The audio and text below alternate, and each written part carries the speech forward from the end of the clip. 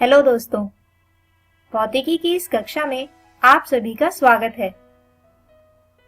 दोस्तों, आज के हमारे इस वीडियो में हम एक नया अध्याय शुरू करेंगे जिसका नाम है किरण प्रकाशिकी एवं प्रकाशिकी यंत्र। और आज के इस वीडियो में हम इसका पहला भाग समझेंगे और इस भाग में हम बात करेंगे प्रकाश के परावर्तन की, जिसमें हम समझेंगे परावर्तन के नियम और इसके बाद देखेंगे किसी समतल दर्पण से प्रकाश किस तरह परावर्तित होता है, यानी समतल दर्पण द्वारा परावर्तन। तो आइए आज के वीडियो को शुरू करते हैं।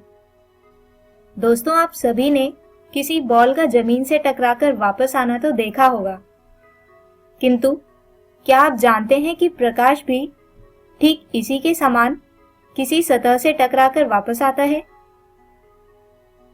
और प्रकाश का किसी सतह से टकराकर लौटकर आने की क्रिया के कारण ही वह वस्तु हमें दिखाई देती है। यानी हम ये कह सकते हैं कि प्रकाश का परावर्तन हमें वस्तुओं को देखने में सक्षम बनाता है। लेकिन ये होता कैसे है? तो आइए इसे समझते हैं। दोस्तों, कल्पना कीजिए कि आप किसी ऐसी जगह पर हैं जहां पर बिल्कुल अंधेरा है। अब इस जगह पर मान लीजिए कि कोई भी वस्तु नहीं है, यानी कि ये जगह एकदम खाली और अंधेरी है। ऐसे में अगर आप इस जगह पर कोई एक टॉर्च जलाते हैं तो जैसा कि हम जानते हैं कि प्रकाश सीधी रेखा में गमन करता है, यानी यहाँ पर भी टॉर्च से निकलने वाला प्रकाश सीधी रेखा में गमन करता रहेगा।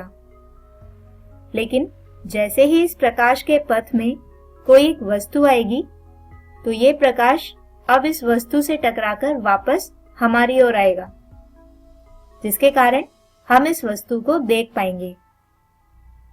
तो इससे हमें पता चलता है कि प्रकाश का परावर्तन हमें उस वस्तु को देखने में सक्षम करता है।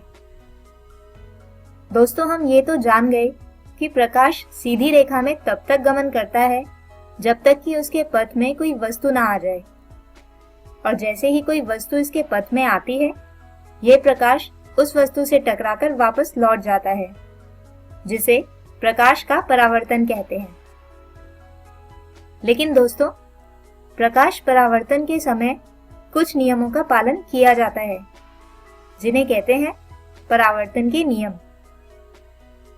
जिसमें पहला नियम कहता है कि आपतित किरण, अभिलंब और परावर्तित किरण सभी एक ही तल में स्थित होते हैं। जैसे यहाँ पर चित्र में आप देख भी सकते हैं कि इस टॉर्च से आने वाले प्रकाश की आपतित किरण, अभिलंब और परावर्तित किरण सब एक ही तल यानी कि इस स्क्रीन में उपस्थित हैं। प्रकाश परावर्तन का दूसरा नियम कहता है कि आपतन कोण हमेशा परावर्तन कोण के बराबर होता है। आइए अब इन नियमों को थोड़ा और गहराई से समझते हैं।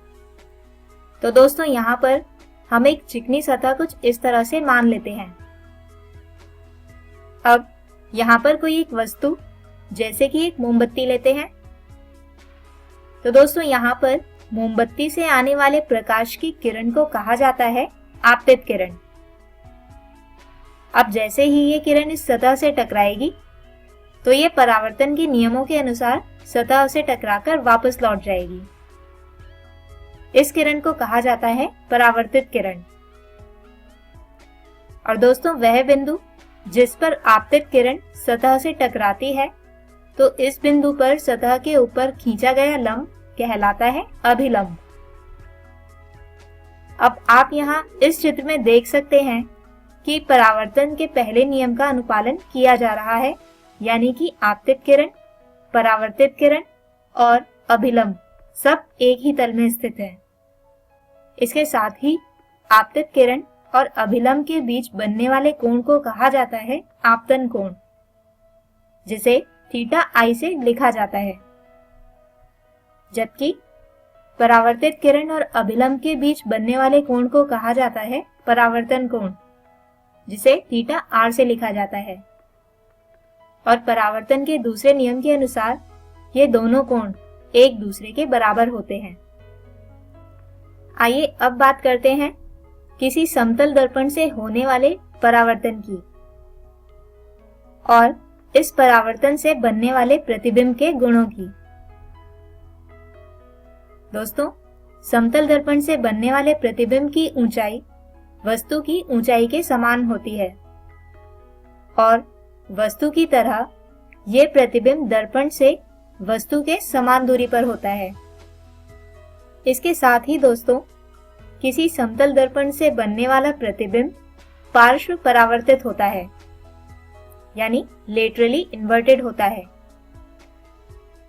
इसका अर्थ है कि अगर आप इस दर्पण के सामने अपना दायां हाथ उठाएं तो प्रतिबिंब का बायां हाथ उठता है। इसी स्थिति को कहा जाता है पार्श्व परावर्तन। तो दोस्तों, इन्हीं विषयों के साथ हम हमारे आज के इस वीडियो को यहीं पर खत्म करते हैं और हम उम्मीद करते हैं कि आज के इस वीडियो में समझाए गए विषय आपको समझ आए होंगे।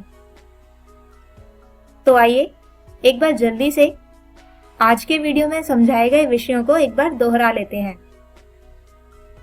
तो दोस्तों, हमारे आज के इस वीडियो में हमने समझा प्रकाश के परावर्तन को, जिसमें हमने जाने परावर्तन के नियम और देखा किसी समतल दर्पण से परावर्तन किस प्रकार होता है और इससे बनने वाला प्रतिबिंब किस आकार और दूरी पर होता है। अगले वीडियो में हम बात करेंगे इसी अध्याय के अगले भाग की, जिसमें हम समझेंगे गोलीय दर्पण और इन दर्पणों से होने वाले प्रकाश के परावर्तन को। तब तक के लिए गुड बाय।